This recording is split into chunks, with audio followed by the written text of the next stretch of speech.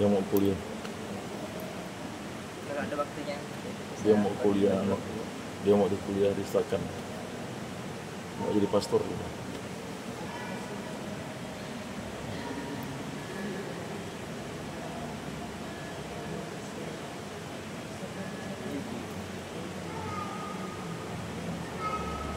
Hmm.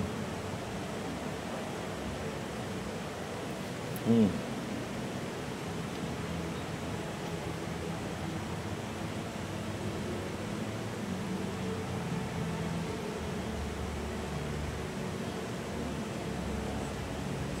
Hmm?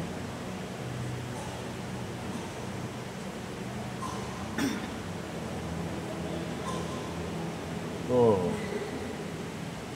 itulah.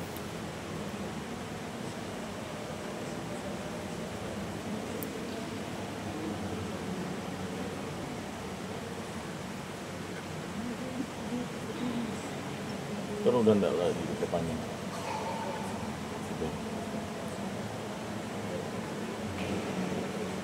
Ya memang udah programnya udah habis juga.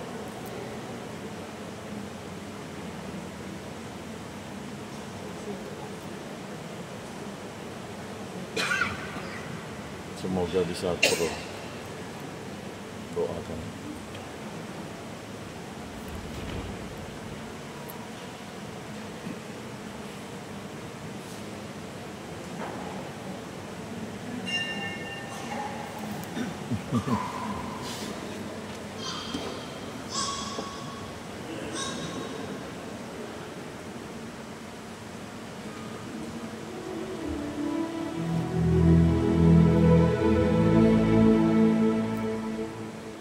Datanglah Roh Maha Kudus, masuki hati umatmu,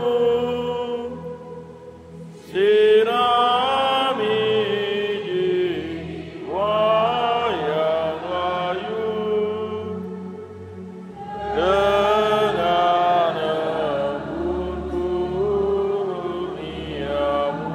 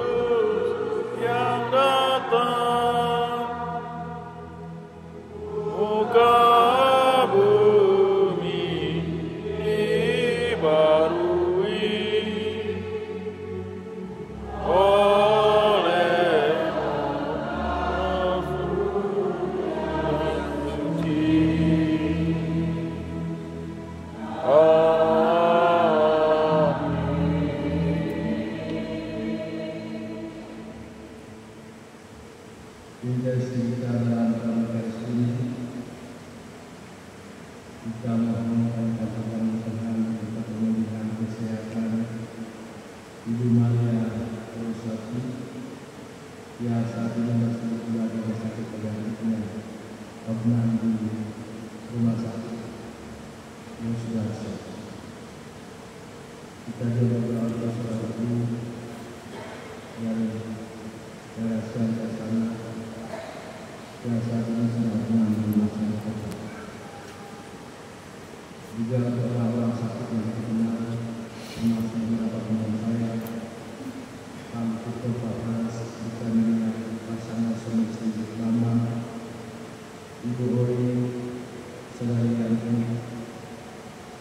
paroki Pakanatan. Dia juga berdoa untuk agar usaha dari Pak Thomas dan juga pengelola rumah dari Belanda agar perekonomian mereka dipulihkan. Dalam nama Bapa dan Putra dan Roh Kudus. Amin. Umat sekalian, hari ini kami hendak berperingatan ini dan kita memohonkan roh agar kita diberikan roh bersama, roh cinta akan Tuhan, cinta akan Yesus, cinta akan umat dan roh terima berbaptisan. Damai tempatkan dalam Tuhan iman ini, gereja sejagat mengenal Santo Parameswara dan kawan-kawan para mantu ganda wafat pada tahun 1880. Saya membacakan komentar yang layak tentang para santo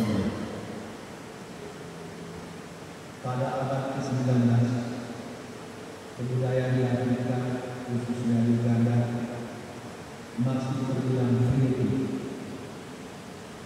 Perdagangan budak, poligami, pemerkosaan anak-anak, dan praktek-praktek komunisme masih banyak. Itu semua bertentangan dengan iman dan moralitas Kristiani yang mulai diwakilkan oleh para misionaris. Oleh karena itu, ketika beberapa penduduk setempat mulai menggunakan cara primitif tersebut dan beralih ke cara Kristiani, Raja Mulai menjadi marah. Dia melancarkan aksi pembunuhan baik kepada para misionaris maupun rakyat mereka yang bertobat. Parameswara, seorang pemuda berusia 20 tahun dan memimpin 19 pemuda Kristiani, tidak luput dari sasaran yang ada uang. Bersama 12 kawannya, Karus ditangkap dan dibunuh pada tanggal 3 Juni 1886. Sementara yang lainnya pada tanggal 26 Mei tahun yang sama. Dan yang terakhir pada tanggal 27 Januari tahun berikutnya.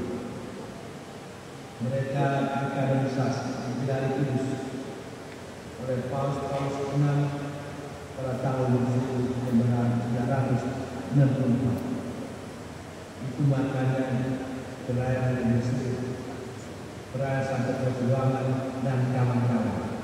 Artinya dia tidak sendiri, tidak ada 12 orang bersamanya yang dibunuh pada itu.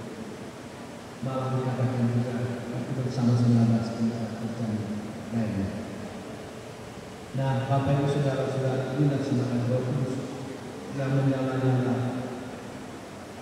kepada para pengikut Yesus.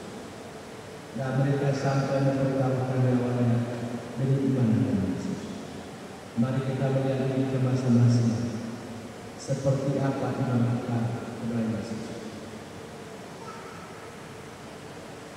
Seringkali kita ragu-ragu dengan iman kita. Kita timbang.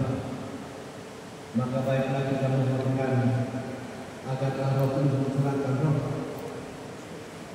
kekerasan dan roh kesalahan kita, agar kita setia di dalam iman yang telah kita beri.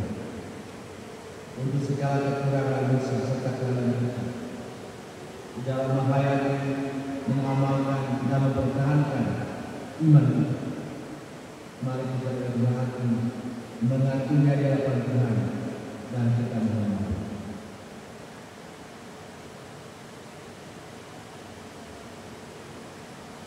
Saya mengaku kepada Allah yang Maha Kuasa dan kepada saudara sekalian bahwa saya telah berdosa dengan pikiran dan perkataan, dengan perbuatan dan kelalaian. Saya berdosa, saya sungguh berdosa. Oleh sebab itu saya mohon kepada Santa Perawan Maria, kepada para malaikat dan orang kudus, dan kepada saudara sekalian, supaya mendoakan saya pada Allah Tuhan kita. Semoga Allah yang Maha Kuasa mengasihani kita, mengampuni dosa-dosa kita, dan mengantar kita hidup yang kekal.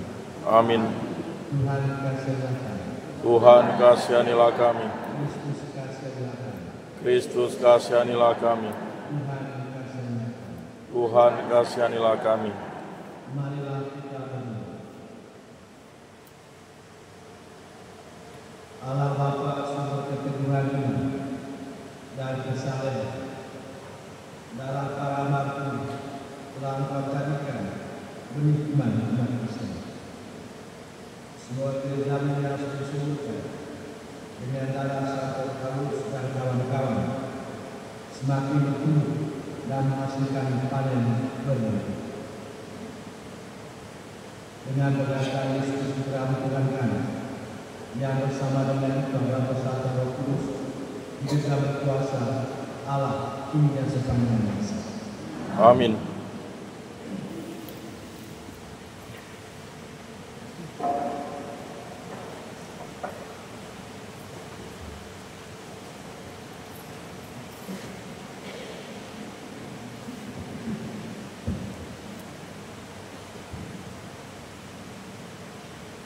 Bacaan dari Kisah Para Rasul.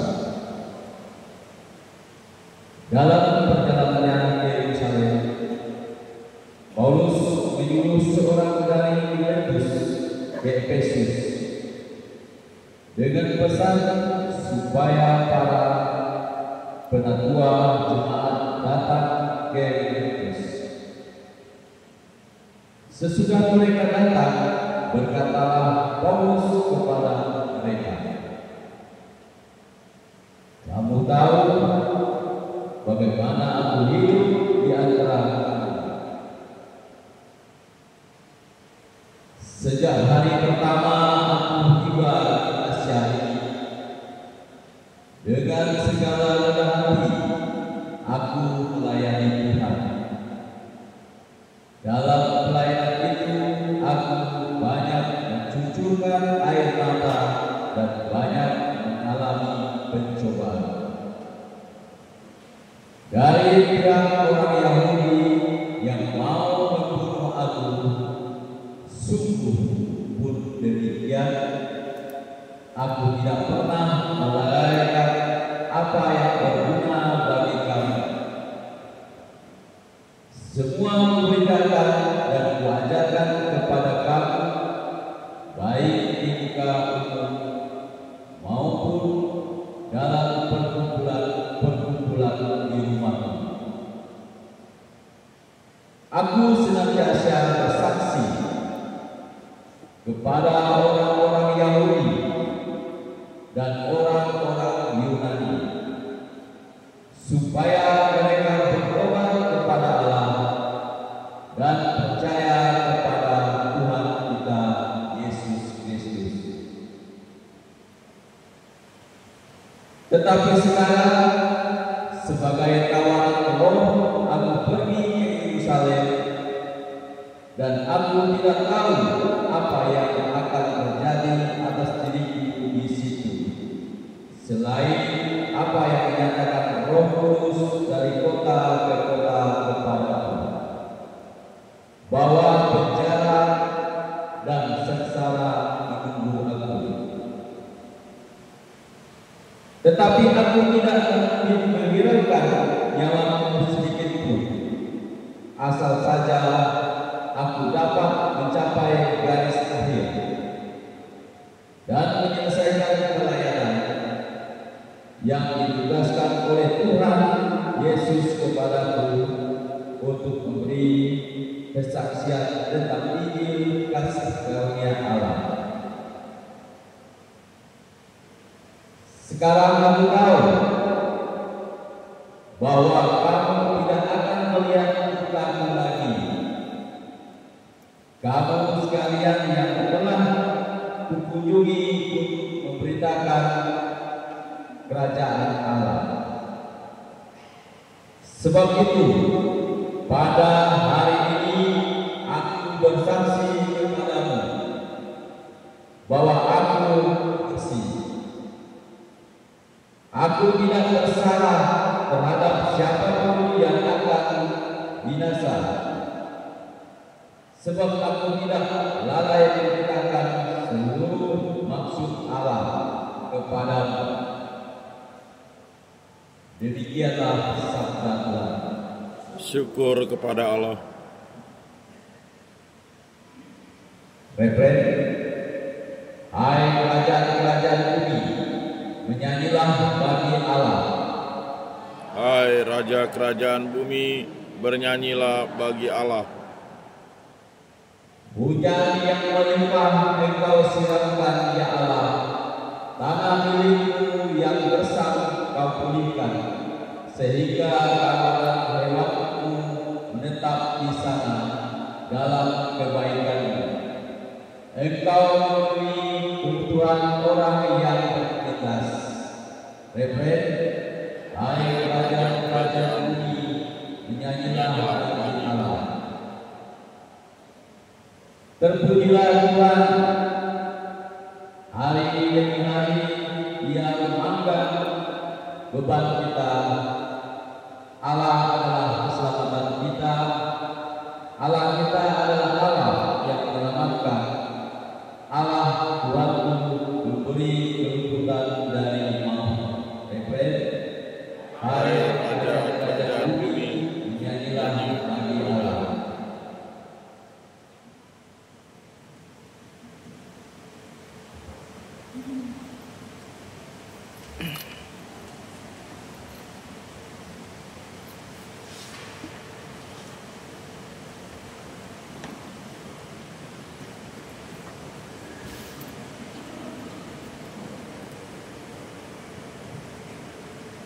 Haleluya, haleluya,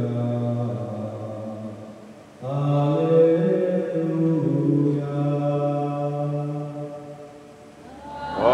Haleluya. Haleluya.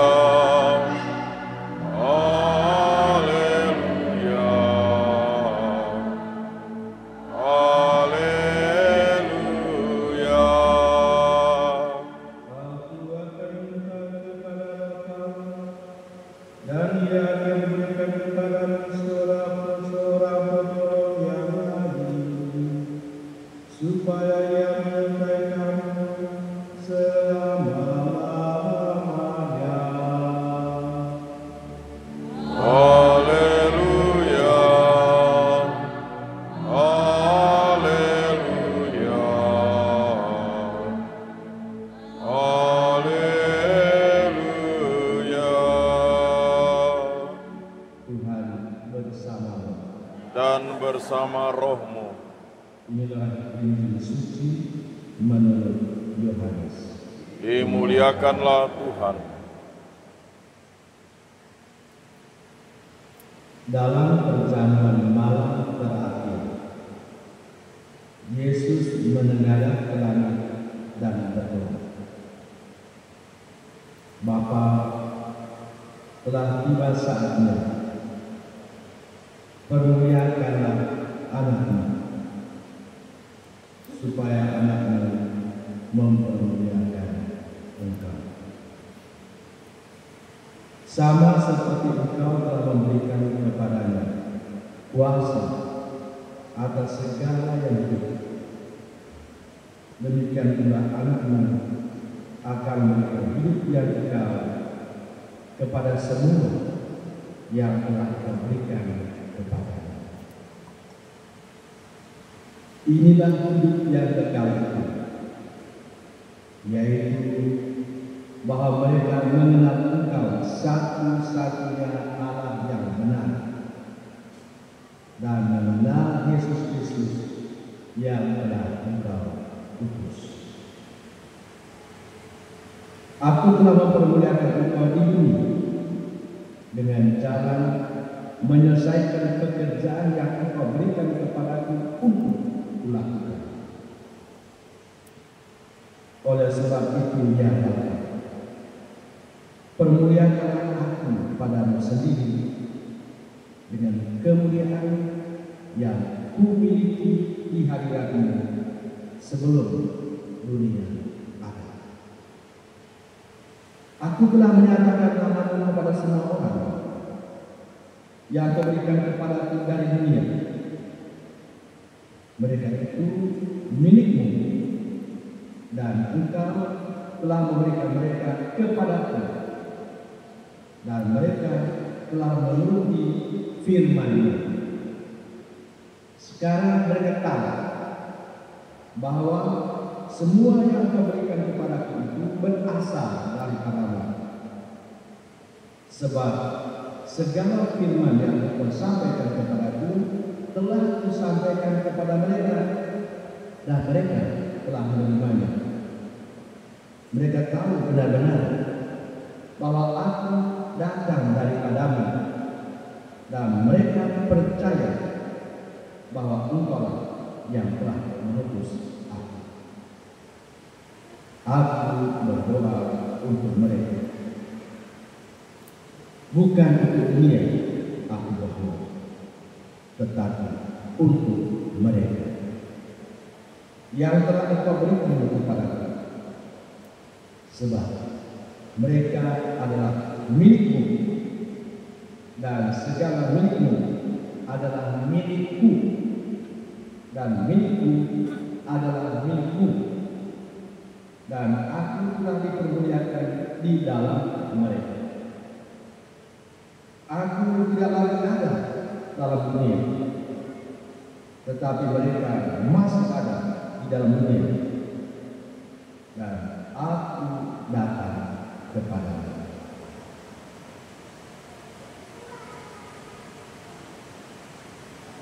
Demikian sabda Tuhan. Terpujilah Kristus.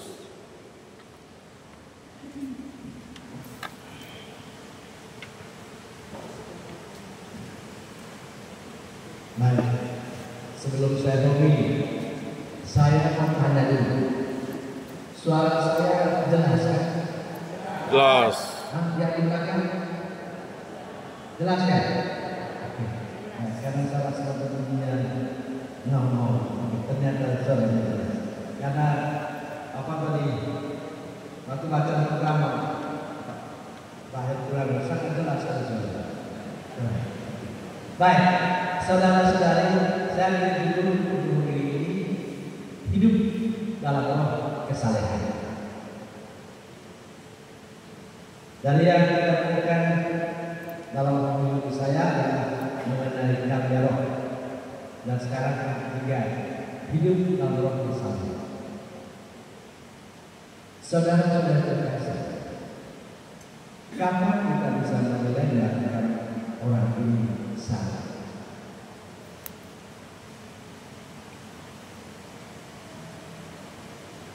Kita menilai orang salah dari gaya hidupnya, pola hidupnya, dan cara dia bertutur, cara dia berbicara. Dari tampilannya, dari kata-katanya, dan juga dari hidup hariannya yang kita perhatikan, kita bisa mengatakan ini orang salah. Salah itu dari mana? Biasanya bicara tentang salah tidak jauh-jauh dari bicara tentang Tuhan. Orang salah itu adalah orang yang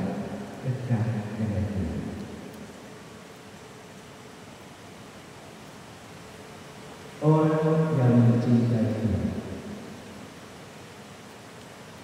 orang yang hidupnya hanya untuk Tuhan.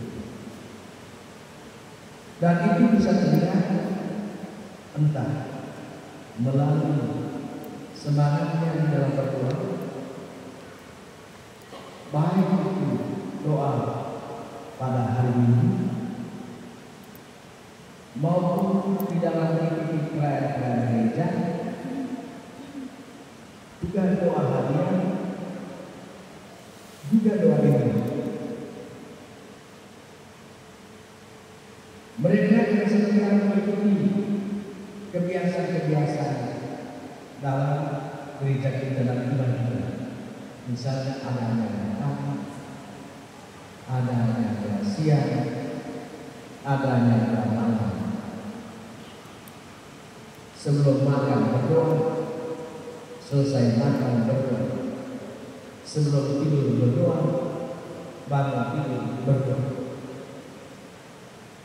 Kegiatan-kegiatan harian selalu dilakukan dan dimulai dengan doa dan diakhiri dengan doa. Dan tidak hanya berhenti di situ, tetapi tindakan dan sikap hariannya menyenangkan orang. Selalu memberi pengertian. Pokoknya kalau kita berjumpa dengan orang itu, kita rasa terhibur.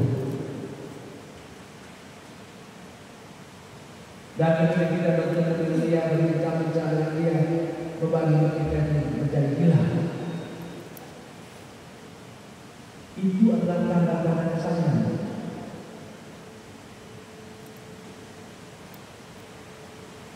Jadi dari pola dan cara hidupnya itu kita bisa menilai yaitu sayang. Dan orang sayang itu selalu tak jauh-jauh berbicara tentang Tuhan, berbicara tentang Tuhan, dan juga mengajarkan kepada orang lain.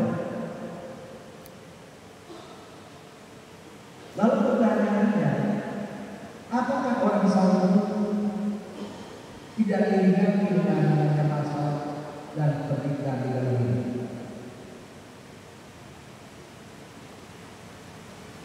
Karena dia lagi berdoa, seakan-akan dia tidak kesulitan dan tidak ada persoalan hidup. Tidak, malah orang sayang itu seringkali menyalahkan kebaikan. Kalau kita pernah membuka kitab suci dan membaca kitab Ayub, di situ diceritakan tentang seorang Ayub yang dia salah, tetapi dalam kesalahannya dia mengalami ujian besar. Yang tadinya dia kaya, tetapi kemudian berubah menjadi miskin. Harta bendanya dimiliki orang, binasa, bahkan kemana-mana. Lalu yang lainnya lagi dia meninggal dengan penyakit yang tidak bisa diobati. Lalu teman-teman yang mulai menolong, percuma. Dekat dengan Tuhan, omong tentang Tuhan, sudah harta bendanya semuanya hilang. Sekarang dari orang miskin, dia kena penyakit jahanam lagi, juga penyakit berat. Tidak ada yang bisa mengobati. Sampai ada sisa tulang. Teman-teman yang kemarin dengan dia mulai bicara. Juga ada yang berkata, ayo, ngapain sih engkau saja dengan itu? Mengapa kau percaya dengan Tuhan itu? Dia sedang teman yang dia percaya hidupnya enak. Mana Tuhan itu dalam situasi seperti ini? Lalu kemudian teman-teman yang mulai menjadi Waktu sudah miskin, kebenaran tidak ada. Nah itu kan memang hari yang begitu. Waktu kita masih kaya, banyak kemana. Waktu kita masih turun, kita ditinggalkan. Pejabat-pejabat, waktu dia dapat kuasa, semua orang akan kemana. Begitu ketika dia turun tangga, betul. Ini pengalaman. Jadi orang itu besar pada waktu kita dalam situasi yang begitu, dalam situasi sulit, banyak orang tinggalkan kita.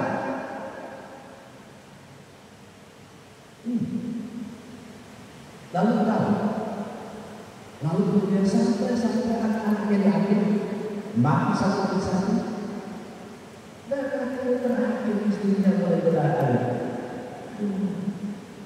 Percuma kita percaya kepada Tuhan, kepada Tuhan. Ya sekarang udah tinggalkan Tuhan itu. Tapi apa katanya? Kalau kita bisa menerima keberuntungan dari Dia, masa kita menolak penderitaan?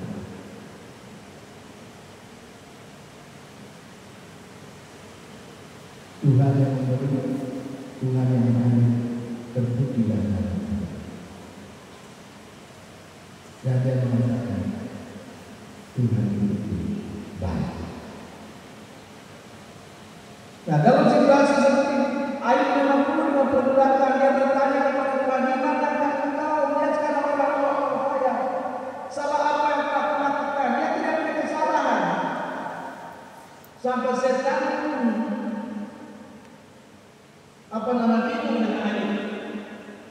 Jadi itu makanya dapat komentar itu. Karena setan berdiskusi muka begini, dia lapor kepada Allah. Dia sekarang semua orang tunduk kepada saya, menyembah. Lalu dengan bagaimana saudara Ayub? Dia bilang hanya itu yang tidak bisa. Dia tidak bisa saya lakukan karena apa? Engkau akan beri semuanya pada dia. Hidup yang enak sekarang dan tidak ada kurang pada dia. Maka dia bertahan.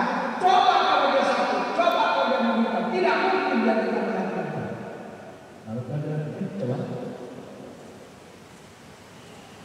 Apakah gara-gara itu maka dia setia? Dan ternyata setelah setan mencoba, setan menyerah. Karena ternyata memang ibadah kepada Tuhan begitu kuat. Seperti apapun keadaannya dia tidak pusing. Allah itu baik imannya. Dan setan menyerah. Ternyata memang ini orang saleh, orang yang mencintai Tuhan. Yang pada akhirnya semua yang hilang dikembalikan. Itu yang namanya saleh. Artinya tidak suka membedakan Allah tetap Tuhanku, waktu susahku Allah Yesus Allah tetap Tuhan.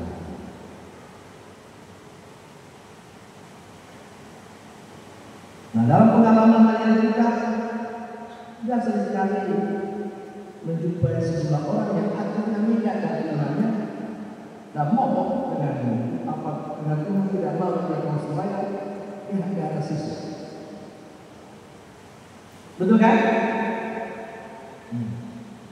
Waktu jadi sudah rajin berdoa, segalanya lagi yang kurang. Begitu susah tinggalkan Tuhan. Tidak mau bekerja, sakit hati dengan Tuhan. Ya. Itu makanya kita berdoa supaya kita dihidup bersama. Saling benar seperti Paulus, seperti Ayub. Nah, Bapak-Ibu saudara sekalian, Paulus sudah menunjukkan kesalahan itu. Nanti bilang saya telah buat sesuatu kamu, memberitahu kamu, saya telah lakukan, tetapi saya tetap mengimani bahwa Yesus itu Tuhan bukan tentang yang saya lakukan tidak ini. Itulah orang salah. Walaupun banyak penelitian, dia tidak mengatakan Yesus ayolah saya tetap menciptakan. Sampai mati termasuk mereka yang kita rayakan hari ini. kamu selamat dengan kematian. Mati dalam iman dan karena iman akan Yesus. Itu orang. Lalu kita lihat lawatan ini. Yesus menuntut kita bagaimana menjadi seorang yang salah. Kita tahu bahwa Yesus itu adalah Tuhan. Tapi dia berdoa. Nah pertanyaannya, untuk apa Yesus berdoa? Padahal dia sendiri adalah Allah yang sendiri, dan dia sendiri yang menjawab doanya. Doanya apa? Memang kalau dilihat dari kehidupan Yesus ini, Yesus tidak perlu berdoa. Tetapi kita ingat bahwa dia yang memang kalau kamu lihat oleh saya Tuhan dan Guru. Kalau aku yang Tuhan dan Guru melakukan ini, maka kamu pun harus lakukan ini pada yang lain. Kata-kata yang masukkan. Artinya apa? Dia adalah Guru mengajarkan sesuatu kepada kita percaya kepadanya. Ini loh dalam hubungan dengan Tuhan. Jangan lupa berdoa, mengandalkan Tuhan, jangan lupa memuji Allah. Dia memberi contoh kepada kita sebagai seorang yang saleh, yang dekat dengan Tuhan. Itu maka dia berdoa. Dan dia setelah menjadi manusia, dia sudah menjadi manusia. Maka sebagai manusia itu dia berdoa. Berdoa siapa? Untuk kita percaya kepada dia.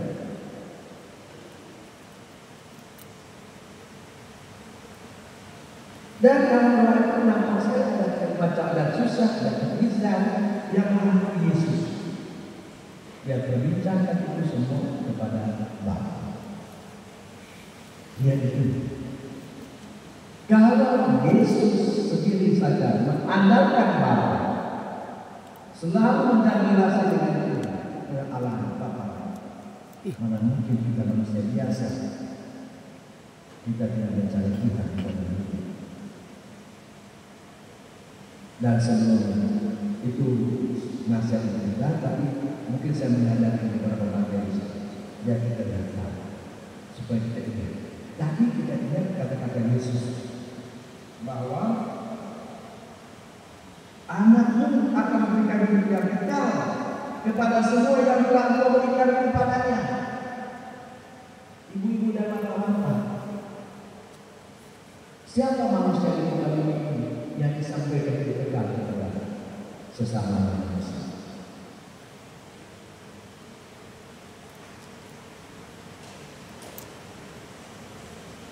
Nabi-nabi besar di dalam kitab suci Perjanjian Lama, para rasul hebat termasuk Paulus dan Petrus,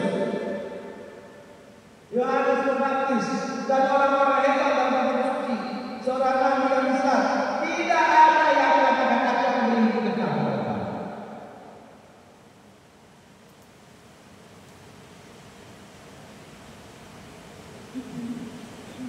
Karena Yesus yang bicara ini. Lalu pertanyaannya, mungkinkah manusia berani mengatakan akan memberi hidup kekal kepada Allah?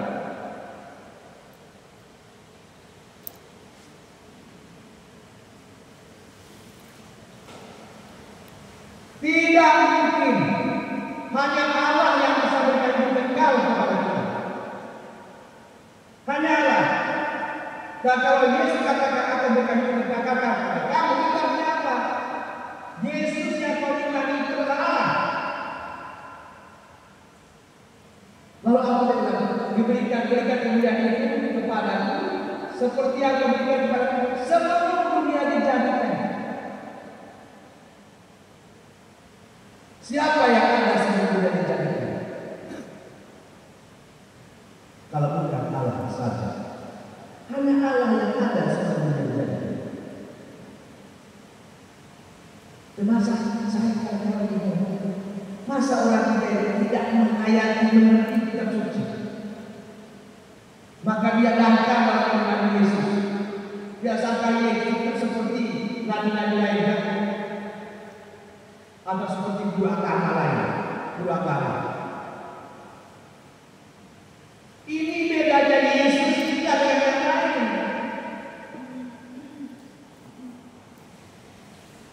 Dia adalah pemberi kekal hidup. Dia adalah penyelamat kita semua.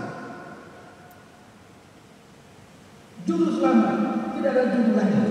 Kalau dia juru selamat, juru semua yang lain tidak ada, hanya Yesus. Maka dalam roh agamanya kesalahan kita diajak betul-betul menjaga dan memelihara iman ini. Jangan pernah samakan Yesus dengan manusia biasa.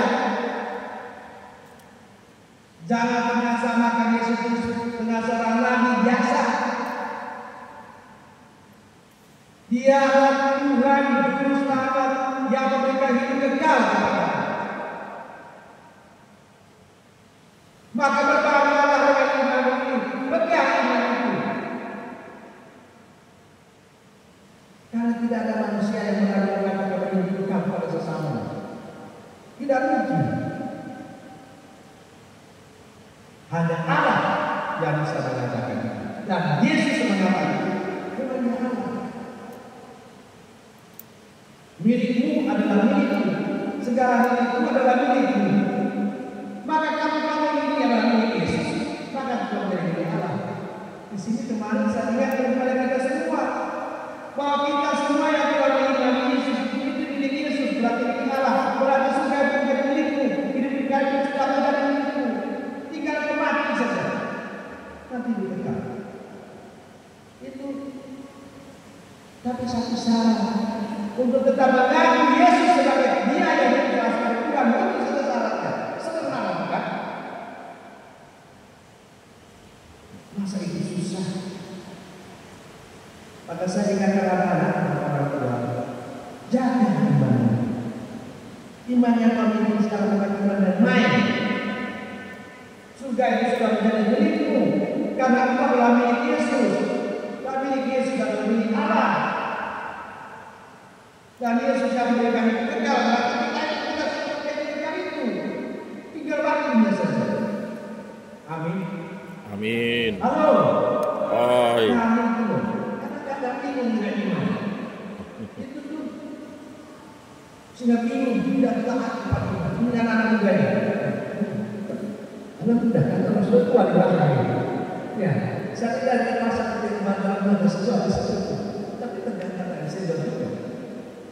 Aku tularkan iman kepada anak kita. Jaga iman itu. Nah, Roh Kudus yang kita mau nanti kita katakan itu kan rohnya Yesus. Dan roh Bapa dan Putra itu roh mereka. Apa yang kita luar biasa imannya. Sudah menjadi pemilik surga, mau keluar dari surga. Itu kan orang tua, gara-gara mata orang tua kan orang tua yang bukan kita ini. Yang tidak kuasa itu orang tua, sehingga dia akan anaknya mau memilih siapa juga. Mau milih sana dikasih tidak punya saudara yang tidak kuasa, dapat cowok dapat cewek, kan gitu. Ada pertanyaan, cowok ceweknya itu, apakah cowok ceweknya Yesus?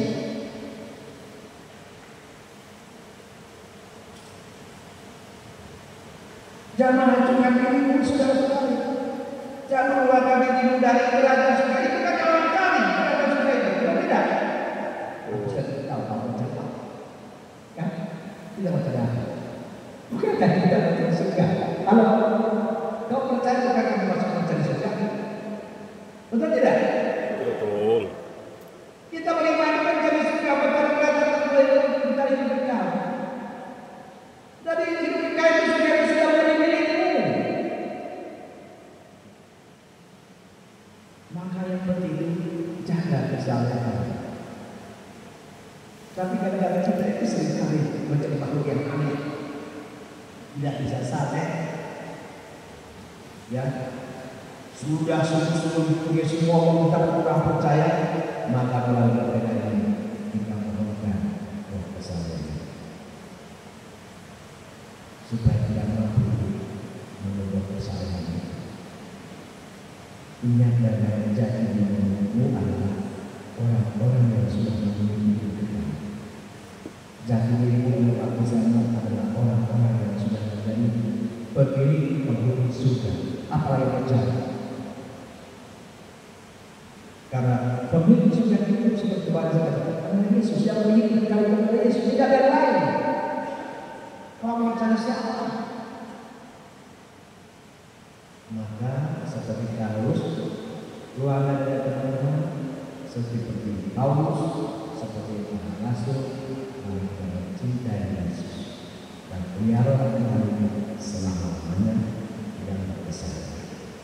Sekali percaya pada Yesus, selama-lamanya Yesus dan hidup kepada Yesus yang menjadi milik Yesus menjadi milik. Kalau hidup kepada milik Yesus, maka hidup kepada juga menjadi milik. Berbahagia kita semua yang lama dengan Yesus sebagai Tuhan yang selamat dan akan memperoleh surga. Amin.